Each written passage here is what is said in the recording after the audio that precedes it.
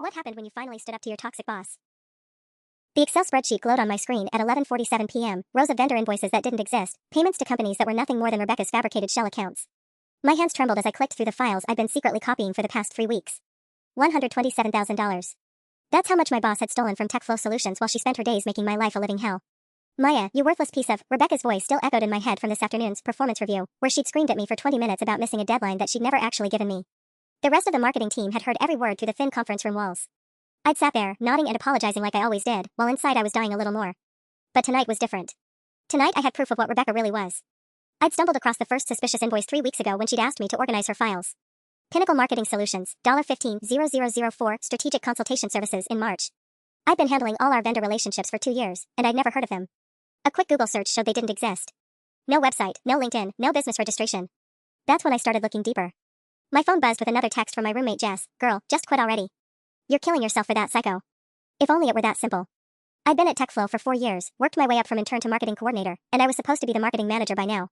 Would have been, if Rebecca hadn't sabotaged my promotion last month by telling CEO David Chen that I was unreliable and lacked leadership potential. The same projects she was claiming credit for in board meetings were suddenly proof of my incompetence when it came to my career advancement. I minimized the spreadsheet and opened my personal email, scrolling through job listings I'd bookmarked. Marketing roles in Seattle were competitive, and Rebecca had made sure my reputation was questionable. She had this way of undermining me in front of other department heads, little comments about my attention to detail issues or my communication challenges, that would make any internal reference lukewarm at best. The smart thing would be to find another job and disappear. Let someone else deal with Rebecca Blackwood and her reign of terror over the marketing department. But then I thought about Sarah, the new intern who started last month, and how Rebecca had already begun the familiar pattern of criticism and humiliation. The way Sarah's shoulders tensed when Rebecca walked by. The defeated look in her eyes after their feedback sessions. My laptop screen reflected my exhausted face. Dark circles under brown eyes, stress breakouts along my jawline, hair pulled back in the same messy bun I'd been wearing for weeks. At 28, I looked like I'd aged 5 years in the past 6 months. The cursor blinked in my Gmail compose window. I could type up a resignation letter right now. 2 weeks notice, professional and brief. Thank them for the opportunities, wish everyone well, and never see Rebecca's twisted smile again. Instead, I opened a new folder on my desktop and named it Evidence. The wire transfer record showed payments to 3 different shell companies over the past 8 months. All approved by Rebecca, all for services that were never rendered. All bearing her electronic signature. I started copying files methodically, my heart pounding with each click. If I was going down, I wasn't going down alone. The next morning, I arrived at the office 40 minutes early, my laptop bag heavy with printed copies of every incriminating document. The TechFlow building was quiet except for the hum of servers and the distant sound of the cleaning crew finishing up on the 3rd floor. I badged into the marketing department and headed straight for Rebecca's office. Her door was locked, but I wasn't here to break in. I just needed to confirm something I'd noticed in the files last night. Rebecca's electronic signature had been used to approve invoices on dates when she was supposed to be out of the office. I pulled up the company calendar on my phone and cross-referenced it with my printed timeline. March 15th, Rebecca approved a $22,000 payment to Summit Digital Consulting at 2:47 p.m. According to the shared calendar, she was at the digital marketing conference in Portland that day. I remembered because she'd dumped 3 client presentations on me at the last minute. April 8th, another approval timestamp at 3:15 p.m. for Vertex Media Solutions, $18,500. That was the day she'd called in sick, posting Instagram stories from some spa in Bellevue all afternoon. You're here early. I jumped and spun around to find David Chen, our CEO, standing in the doorway with a coffee cup and his laptop bag. Even at 7:20 a.m., he looked impeccably put together in his navy suit, silver hair perfectly styled. Oh, hi David. Just wanted to get a head start on the Morrison campaign materials. The lie came out smoothly, but my heart was hammering against my ribs. Good. That client's important to us. He paused, studying my face. You look tired, Maya. Rebecca keeping you busy? There it was, my opening. David Chen was known for his open-door policy and his genuine concern for employee well-being. Rebecca had always been careful to maintain her professional facade around him, playing the role of the dedicated, results-driven manager. I'm fine, just, you know how quarter end gets. He nodded, but his expression remained concerned. Well, don't burn yourself out. We need our best people healthy and happy. He started to walk away, then turned back. Actually, Maya, do you have a few minutes this morning? Maybe around 9? I wanted to discuss the Morrison campaign strategy, and I'd like your input. My mouth went dry. Rebecca always handled direct CEO communications. She'd specifically told the team last month that any requests from upper management should be routed through her first. Coordination and consistency, she'd said. We can't have mixed messages confusing our leadership. I should probably loop Rebecca in on that conversation. David's eyebrows lifted slightly. Of course, if you think it's necessary. But honestly, you've been doing the bulk of the creative work on this account. I'd like to hear your thoughts directly. After he left, I sat at my desk staring at the Morrison campaign folder. Rebecca had presented the initial pitch to David 2 weeks ago, taking full credit for the social media strategy and content calendar that I'd spent 30 hours developing. In the meeting notes she distributed afterward, my contributions weren't mentioned once. I opened my laptop and pulled up the company directory, scrolling down to the HR section. Jennifer Walsh, HR Director. I'd only spoken to her once, during my onboarding 4 years ago. Rebecca had always discouraged employees from bothering HR with trivial concerns, insisting that any issues should be addressed within the department first. My fingers hovered over Jennifer's email address. Once I sent this message, there would be no going back. Rebecca would know I was behind whatever investigation followed. She had connections throughout the company, allies who saw her as the competent manager she pretended to be. But then I thought about that timestamp on March 15th. While I was working until midnight to finish her presentation materials, she was somewhere else, electronically signing fraudulent invoices. I started typing, "Hi Jennifer, I need to schedule a confidential meeting to discuss some concerns about financial irregularities I discovered." I deleted the email draft for the third time and closed my laptop. My hands were shaking too badly to type coherently, and I kept second-guessing every word. What if Jennifer was friends with Rebecca? What if this backfired and I ended up being the one under investigation? The marketing department started filling up around 8:15. Tom and Ashley from the content team arrived together, deep in conversation about some Netflix show. They waved at me with the casual friendliness of people who had no idea I was sitting on evidence that could blow up our entire department. At 8:47, Rebecca's heels clicked against the tile floor in that distinctive staccato rhythm that made everyone's shoulders tense. She swept past my desk without acknowledgement, her Hermes bag swinging as she unlocked her office door. Through the glass walls, I watched her boot up her computer and immediately reach for her phone. I pretended to review campaign metrics while straining to read her lips. She was agitated about something, gesturing sharply with her free hand. After 10 minutes, she hung up and marched straight to my desk. Maya. My office. Now. The familiar dread settled in my stomach as I followed her across the department. She closed the door behind us and turned to face me with that expression I'd learned to fear, the fake smile that never reached her eyes. "I just got an interesting call from David Chin," she said, settling behind her desk like a queen on her throne. "Apparently, you two had quite the chat this morning. He just mentioned wanting to discuss the Morrison campaign. Did I or did I not explicitly tell this team that all executive communications go through me first?" Her voice was still controlled, but I could see the fury building behind her professional mask. "You did, but he approached me directly, and I told him we should loop you in.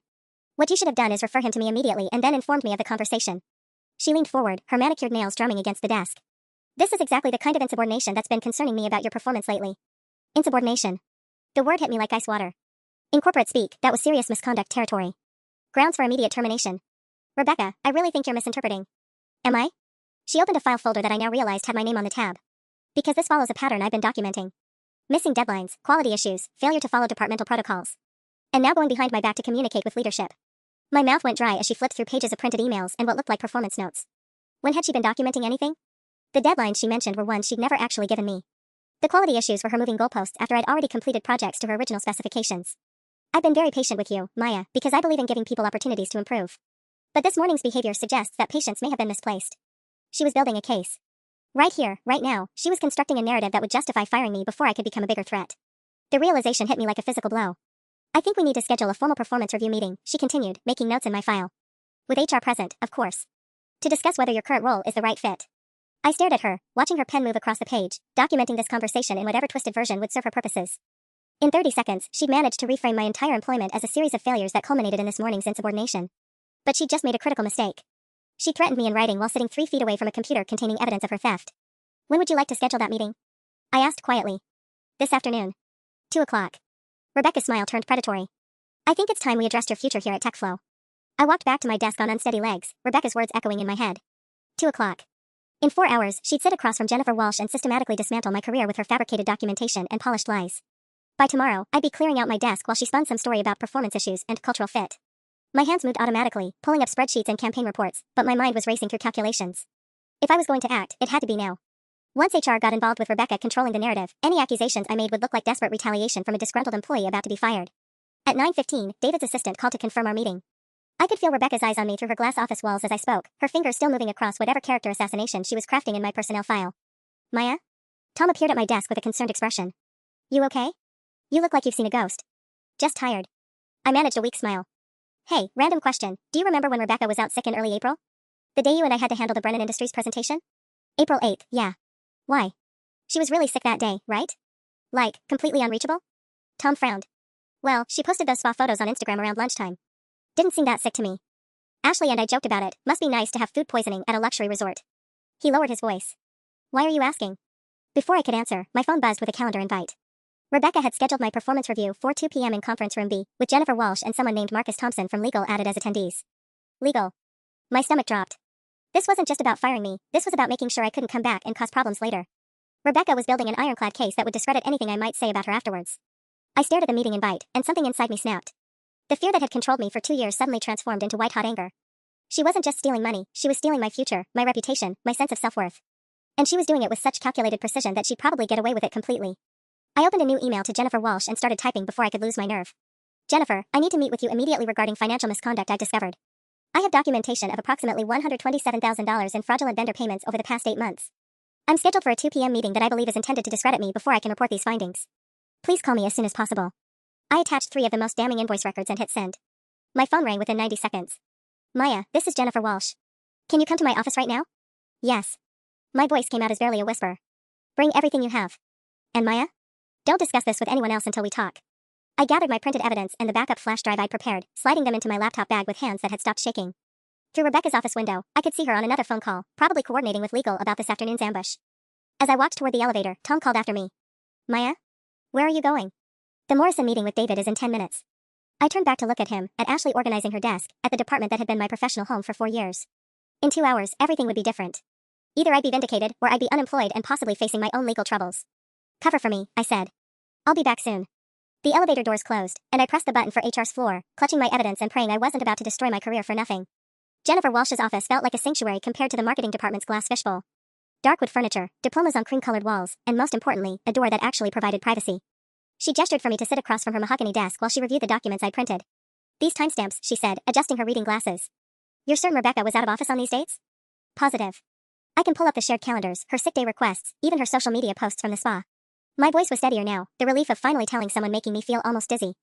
Jennifer's expression grew more serious as she clicked through the files on her computer. Maya, I need to ask you something, and I want you to be completely honest. Do you have any personal conflicts with Rebecca that might be influencing your interpretation of this data? The question hit me like a slap. Of course, this was exactly what Rebecca would claim.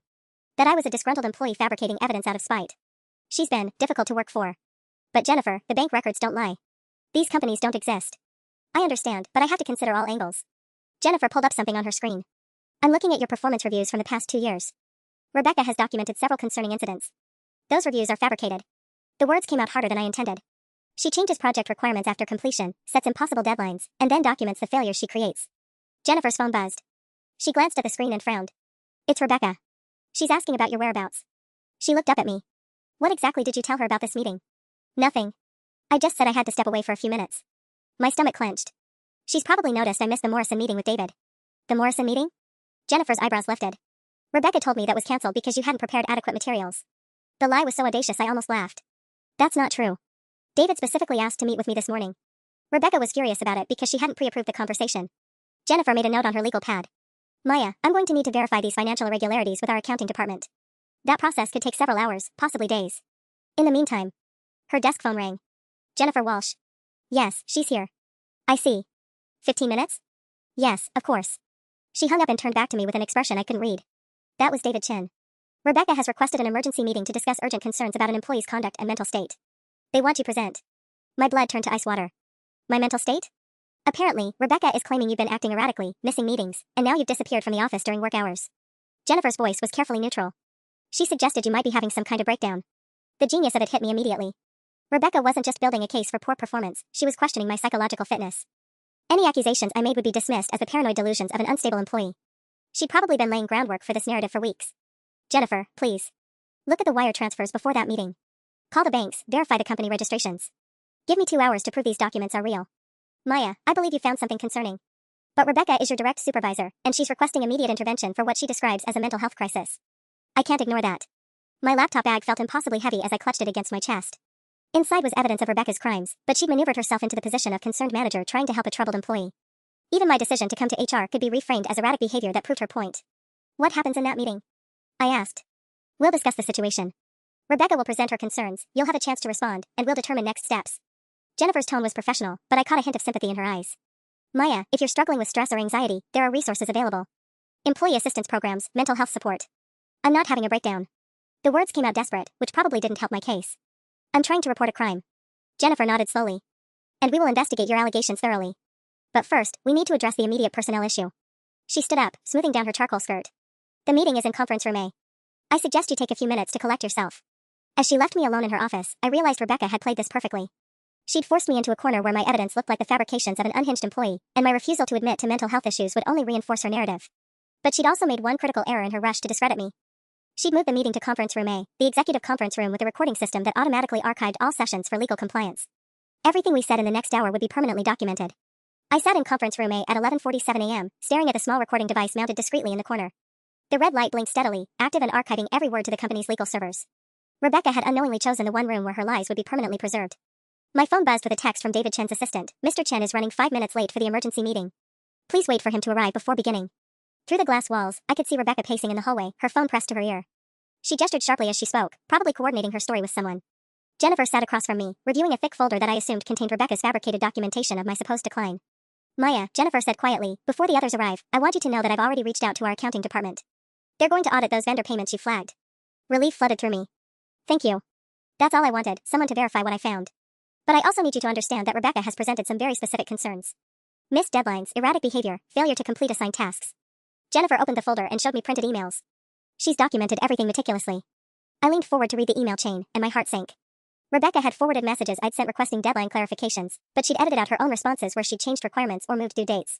One email showed me asking for feedback on the Morrison campaign materials, but missing was her reply telling me the project was postponed indefinitely. These are taken out of context, I said. She's removed her responses that show why I was confused about timelines. Do you have copies of the full email chains? I stopped. I'd been so focused on gathering evidence of the financial fraud that I hadn't thought to document Rebecca's impossible work demands. Those emails were in my company account, which she could access and modify as my supervisor. She has administrative access to my email. She could have deleted her responses. Jennifer made a note, but I could see doubt creeping into her expression. Of course Rebecca would have been careful to control the digital paper trail. She'd probably been building this case against me for months, crafting a narrative of declining performance that would make her theft allegations seem like desperate deflection. The door opened and David Chin walked in, his usual composed demeanor replaced by visible concern. I apologize for the delay.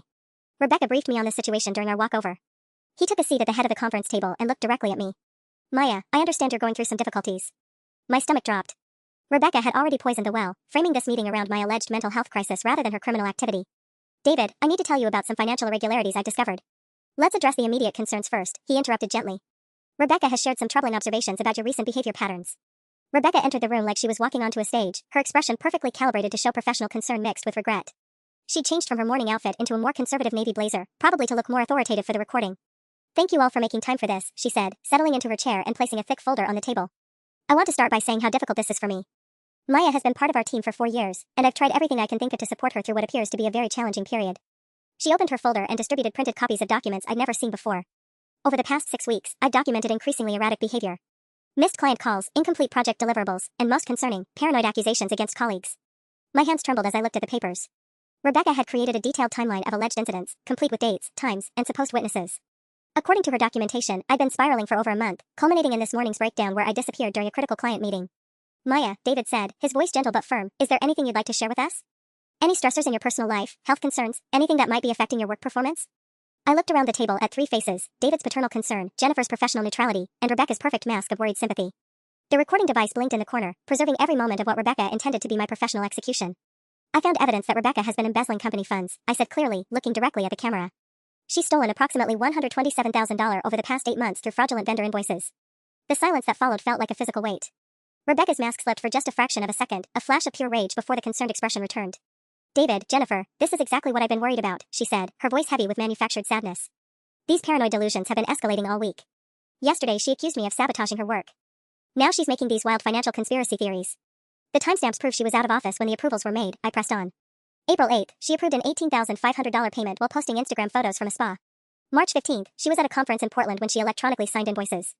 I have documentation. Maya, Rebecca interrupted gently, you've been working excessive hours, staying late most nights. Sleep deprivation can cause confusion, memory issues, even paranoid thinking. I should have intervened sooner, but I thought you'd ask for help if you needed it. I felt the room tilting around me as Rebecca systematically dismantled my credibility. She positioned herself as a caring supervisor who'd noticed my deteriorating mental state, while I looked increasingly unhinged with each accusation I made. But then David asked the question that changed everything. Rebecca, can you pull up those vendor payments Maya mentioned? If this is a delusion, showing her the legitimate documentation might help ground her in reality. Rebecca's composure flickered again. Of course, but I don't want to indulge paranoid thinking. Sometimes confronting delusions with evidence only reinforces them. Humor me, David said, his tone shifting slightly. Let's look at the March 15th payment she referenced. Rebecca reluctantly opened her laptop, buying time by adjusting her glasses and slowly navigating to the financial system. I held my breath, knowing that the next few minutes would determine whether I was vindicated or destroyed. The red recording light continued blinking, capturing every hesitation, every micro-expression, every word that would either save my career or end it forever. Rebecca's fingers moved across her laptop keyboard with deliberate slowness, each click echoing in the silent conference room. The financial system login screen seemed to take forever to load, and I watched her face carefully as she navigated through the vendor payment interface. Here we are, she said, turning the screen toward David and Jennifer. March 15th. As you can see, I approved several routine vendor payments that day, all perfectly legitimate. David leaned forward to examine the screen, and I felt my heart hammering against my ribs. Everything depended on what those timestamps showed. This payment to Pinnacle Marketing Solutions for $15,000, David said, pointing at the screen. Can you tell me what services they provided? Strategic consultation on the Henderson Industries campaign, Rebecca replied smoothly. They specialize in B2B technology sector positioning. We've used them several times. I jumped in before she could elaborate further. David, Google that company name. Right now. Pinnacle Marketing Solutions doesn't exist. Maya, please, Rebecca said with strained patience. This kind of accusatory behavior is exactly what I've been concerned about. Pinnacle is a boutique consultancy, not every firm has a major web presence. Jennifer was already typing on her phone. After 30 seconds, she looked up with a puzzled expression. I'm not finding any business registration for a company by that name in Washington state. The mask slipped completely off Rebecca's face for 2 full seconds before she recovered. They're based in Oregon. Different state registration systems can be confusing. What about Summit Digital Consulting? I pressed, pulling out my printed documentation. March 22nd, $22,000. Or Vertex Media Solutions? April 12th, $18,500. I have bank routing numbers for all of them, and they all trace back to the same registered agent. David's expression had shifted from paternal concern to sharp focus. Rebecca, these are significant payments. Do we have contracts and deliverables for all these vendors? Of course we do, Rebecca said, but her voice had lost its confident edge. Though I'd need to pull them from archived files. Some of our vendor documentation is stored offsite for compliance. That's interesting, Jennifer interjected, because our vendor management policy requires all contracts over $10,000 to be uploaded to the central database within 48 hours of execution. I should be able to access them right now. She opened her own laptop and began typing rapidly. The room fell silent except for the soft clicking of keys and the barely audible hum of the recording device that was capturing Rebecca's growing panic. I'm not seeing any contracts for these companies in our system, Jennifer said after 3 minutes of searching. Rebecca, when were these agreements signed, and who authorized the vendor additions to our approved list? Rebecca's hands were visibly shaking now as she closed her laptop.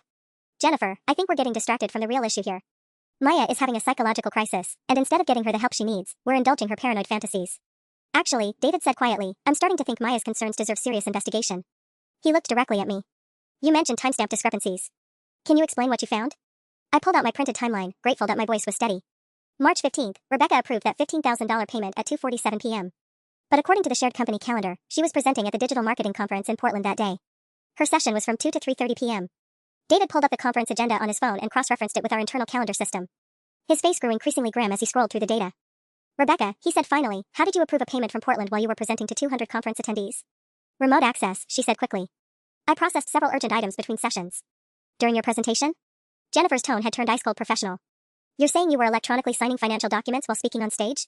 The lies were unraveling faster than Rebecca could spin them, and everyone in the room could feel the shift. The caring supervisor narrative had completely crumbled, replaced by a woman desperately trying to explain away evidence of systematic fraud. I think, David said, standing up slowly, we need to pause this meeting and involve our financial auditing team immediately. Rebecca's face had gone pale except for 2 bright red spots on her cheeks. She looked at the recording device in the corner, finally realizing that every lie, every contradiction, every moment of her exposure was being permanently archived. David, surely you can't be taking these accusations seriously, she said, but her voice cracked on the last word. The red light continued blinking, documenting the moment when everything changed. David stood and walked to the window, his hands clasped behind his back in that way I'd seen him do during difficult board meetings. The silence stretched for what felt like hours before he turned back to face Rebecca.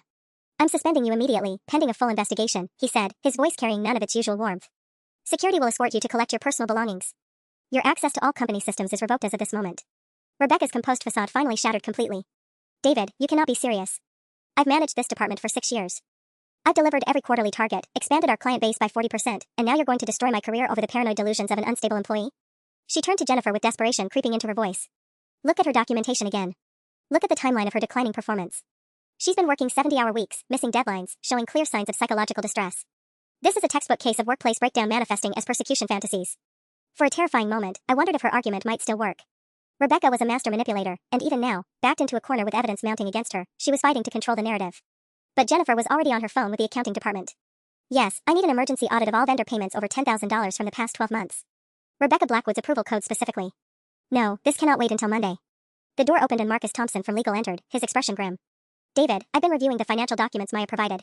I've also run preliminary background checks on the 3 vendor companies she flagged. He set a folder on the table. None of them exist as legitimate business entities. The bank accounts all trace back to a shell company registered in Delaware 3 days after Rebecca's system access was upgraded last year. Rebecca sank back in her chair as if she'd been physically struck. This is insane. You're all acting like I'm some kind of criminal mastermind instead of recognizing that Maya has clearly had some kind of psychological break. Rebecca, David said quietly, the timestamps don't lie. You electronically signed these approvals from locations and times when you were verifiably elsewhere. Either someone else used your credentials, or you committed fraud. Which is it? I watched Rebecca's face cycle through emotions, rage, panic, calculation, and finally a cold kind of resignation. She was trapped between admitting to poor security practices or confessing to embezzlement, and she knew it. I want to speak to my attorney, she said finally. That's your right, Jennifer replied, making notes. Security is on their way up. Please surrender your building access card, company laptop, and corporate credit cards. As we waited for security, Rebecca turned to look at me with an expression of pure hatred that made my blood freeze. You have no idea what you've just done to yourself, she said quietly. Do you think this ends with me? I have friends throughout this industry. Your name will be poison in Seattle marketing circles within a week. David stepped between us. Rebecca, I'd strongly advise you to stop talking right now. But she continued staring at me with those cold, calculating eyes. Enjoy your little victory, Maya. It's going to cost you everything. When security arrived, I felt a strange mix of vindication and terror as Rebecca was escorted out. I'd won this battle, but I couldn't shake the feeling that the war was just beginning. The recording device blinked steadily, capturing every threat she'd just made. 3 hours after Rebecca was escorted out, I sat in David's office watching him pace behind his desk while Jennifer Walsh and Marcus Thompson huddled over financial reports that kept getting worse. The initial audit had uncovered 2 more shell companies and another $73,000 in fraudulent payments going back 18 months. Maya, David said, finally sitting down across from me, I owe you an enormous apology. And frankly, I'm horrified that this went on for so long without anyone noticing. I nodded, still feeling surreal about the whole situation. The invoices were always just under the threshold that would trigger automatic executive review. She knew exactly how to stay below the radar. Marcus looked up from his laptop, his expression grim. It's actually worse than that. I've been going through her email archives, and she's been systematically undermining other employees who might have caught on. Sarah Kim from accounting flagged one of the vendor payments 6 months ago, and Rebecca had her transferred to a different department within 2 weeks. My stomach dropped. Sarah asked me about Pinnacle Marketing back in March. She said something seemed off about their invoicing structure, but then she suddenly stopped mentioning it. Rebecca convinced her supervisor that Sarah was struggling with attention to detail and needed a less complex role, Jennifer added, reading from her notes. She basically destroyed a whistleblower's credibility preemptively. David's face was getting redder by the minute. How many other people did she silence? I'm finding at least 4 instances over the past 2 years where employees raised questions about vendor relationships and were subsequently performance managed out of positions where they could cause problems, Marcus replied. She's been running a sophisticated operation here. Jennifer's phone buzzed, and her expression darkened as she read the message. That was the FBI's Financial Crimes Unit. They want to interview Maya tomorrow morning about the evidence she gathered. The word FBI hit me like a physical blow. This was really happening. Rebecca wasn't just facing termination, she was looking at federal criminal charges. Will I need a lawyer? I asked. It wouldn't hurt, Marcus said. You're a witness, not a target, but these cases can be complicated. I can recommend someone who specializes in white-collar crime. David stood up and walked to the window overlooking downtown Seattle. Maya, I need to ask you something difficult.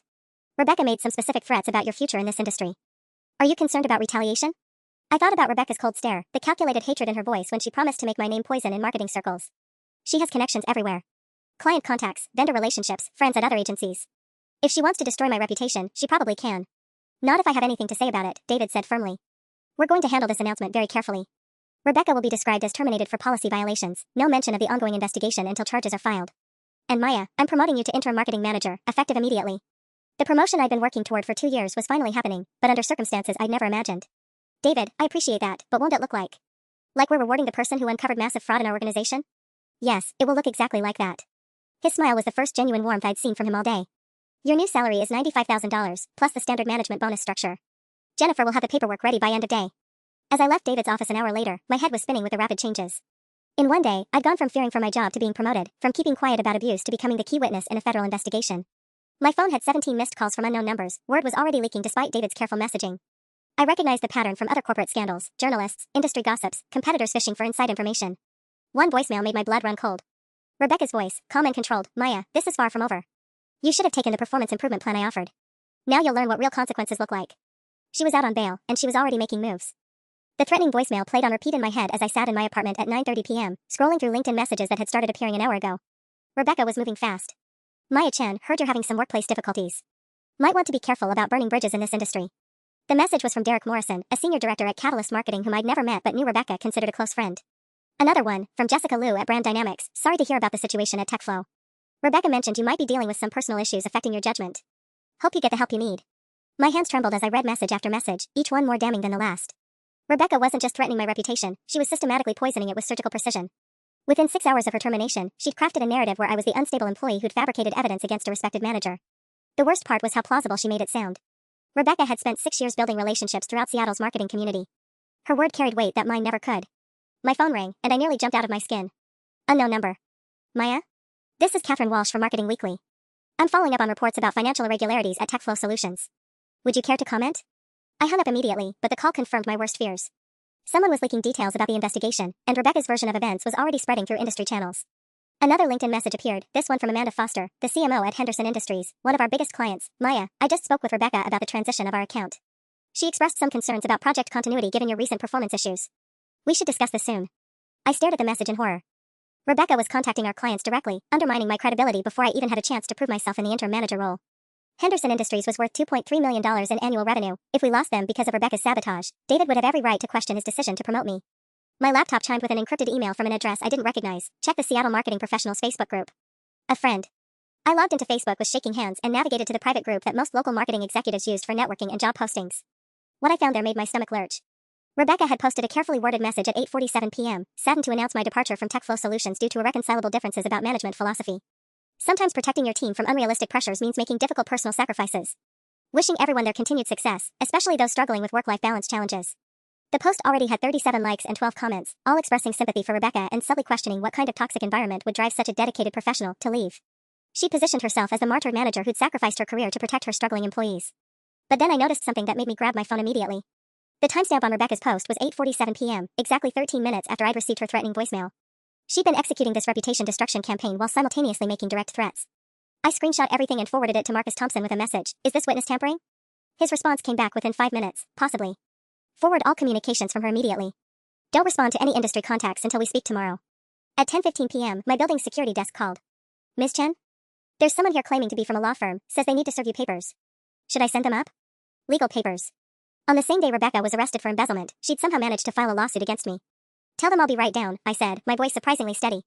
Whatever Rebecca was planning, she'd just made another critical mistake. Every threat, every manipulation, every attempt at retaliation was creating a digital trail that would only strengthen the case against her. But as I rode the elevator down to face whatever legal nightmare she'd unleashed, I couldn't shake her words: "You'll learn what real consequences look like." The war was just beginning. The process server was a tired-looking woman in her 50s who handed me a thick manila envelope with practiced indifference. "Maya Chen? You've been served with a civil complaint for defamation, intentional infliction of emotional distress, and tortious interference with business relationships." I signed for the papers with numb fingers, my mind racing. Rebecca had filed a lawsuit claiming I'd fabricated evidence to destroy her career and was now spreading false accusations throughout the industry. The monetary damages she was seeking made my knees weak: $2.5 million for lost wages, reputational harm, and severe emotional trauma. Back in my apartment, I spread the legal documents across my kitchen table and called Marcus Thompson, even though it was nearly 11 p.m. "She's claiming you doctored the financial records," he said after I read him the key allegations. "Her lawyers are arguing that you had administrative access to vendor systems and could have created fake invoices to frame her." "That's insane. The FBI verified the bank transfers." "I know, but this lawsuit isn't about truth. It's about bleeding you dry with legal fees and making you too toxic for any company to hire." Marcus sighed heavily. "Rebecca's playing a long game here. Even if you win the case, the legal costs could bankrupt you, and the industry gossip will follow you for years." My phone buzzed with another LinkedIn message, this one from Robert Kim at Nexus Digital. "Maya, just heard some disturbing rumors about document forgery. Hope these allegations aren't true. Would hate to see a promising career destroyed by poor judgment." Poor judgment. Rebecca's narrative was evolving from unstable employee to criminal fabricator, and it was spreading faster than I could counter it. At 11:47 p.m., my personal email chimed with a message from an address I didn't recognize: Maya_truth_seeker_2024@protonmail.com. The subject line read: "You're not the first." Maya, I can't use my real name, but I worked with Rebecca at Morrison Industries 4 years ago. She destroyed my career the same way she's trying to destroy yours. I have documentation of her patterns, but I was too scared to come forward during the investigation. If you're willing to fight this, I have evidence that could help." A survivor. My hands shook as I typed back: "What kind of evidence?" The response came within minutes: email chains showing how she systematically undermines employees who threaten her. Financial discrepancies I was afraid to report. And most importantly, I kept recordings of our one-on-one meetings where she made threats almost identical to what you described. I'm scared, but I can't watch her do this to someone else. I stared at the email, realizing Rebecca's lawsuit might have just backfired spectacularly. By going public with her retaliation campaign, she'd given other victims the courage to speak up.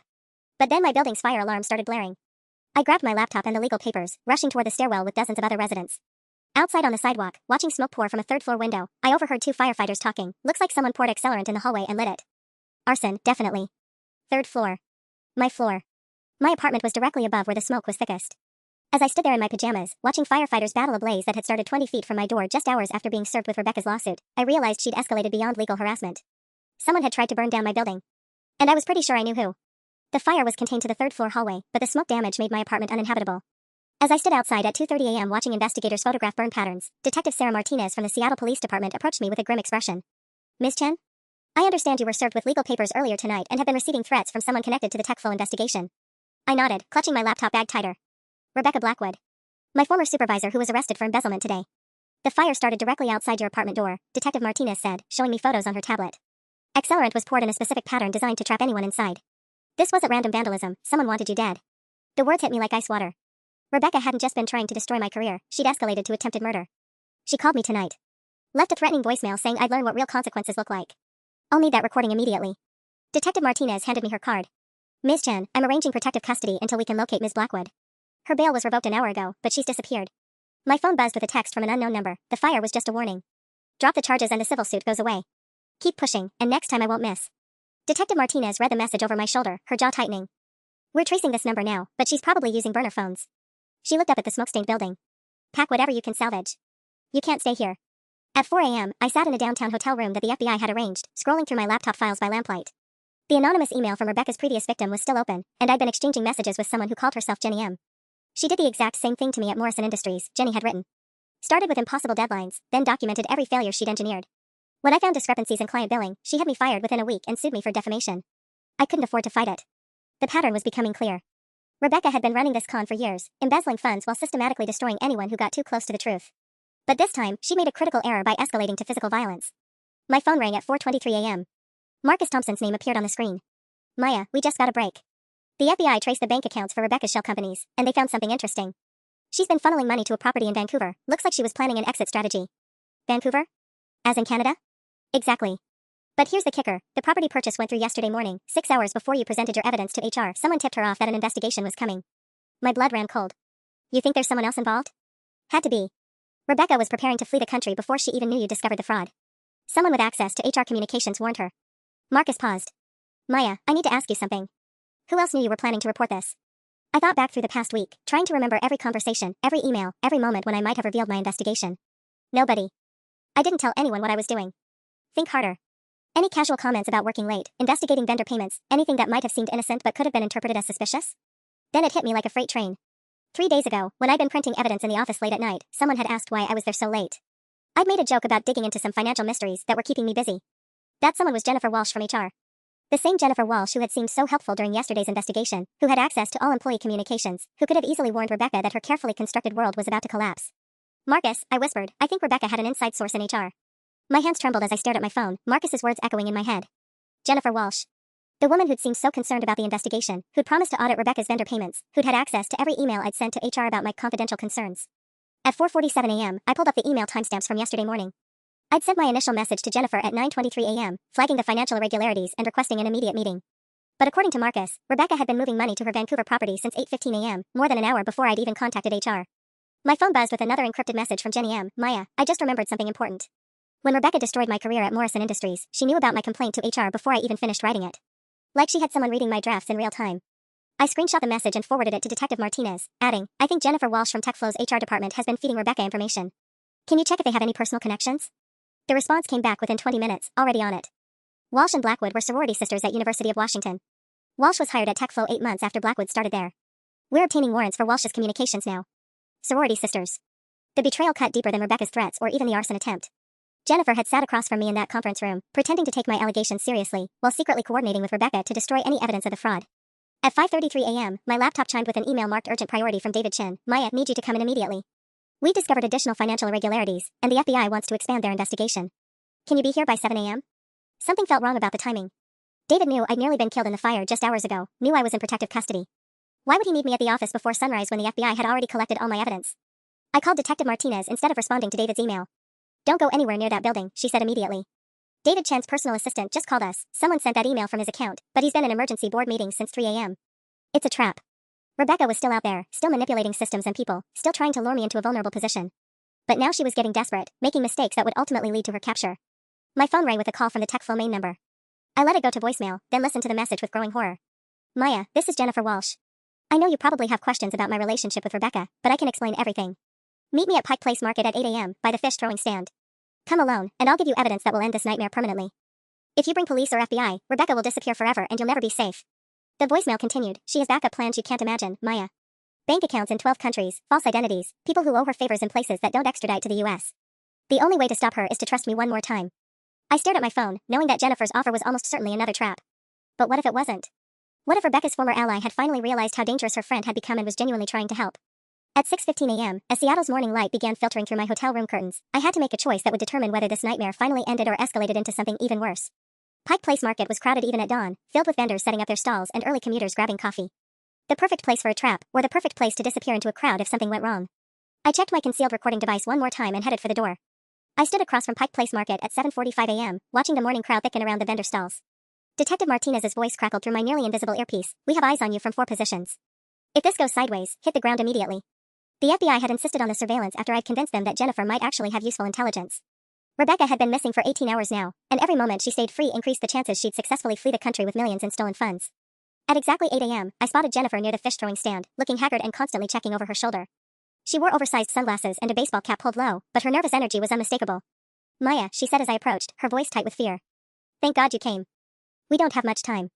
Start talking, I said, positioning myself so the recording device would catch everything. How long have you been helping Rebecca steal from the company? Jennifer flinched like I'd slapped her. It wasn't supposed to be stealing. She told me she was conducting internal auditing tests, checking for weaknesses in our financial controls. I thought I was helping improve company security. For 8 months? I kept my voice level despite the rage building in my chest. You thought approving fake vendors was a security test for 8 months? She said the board had authorized it confidentially, that we couldn't tell anyone or it would compromise the audit.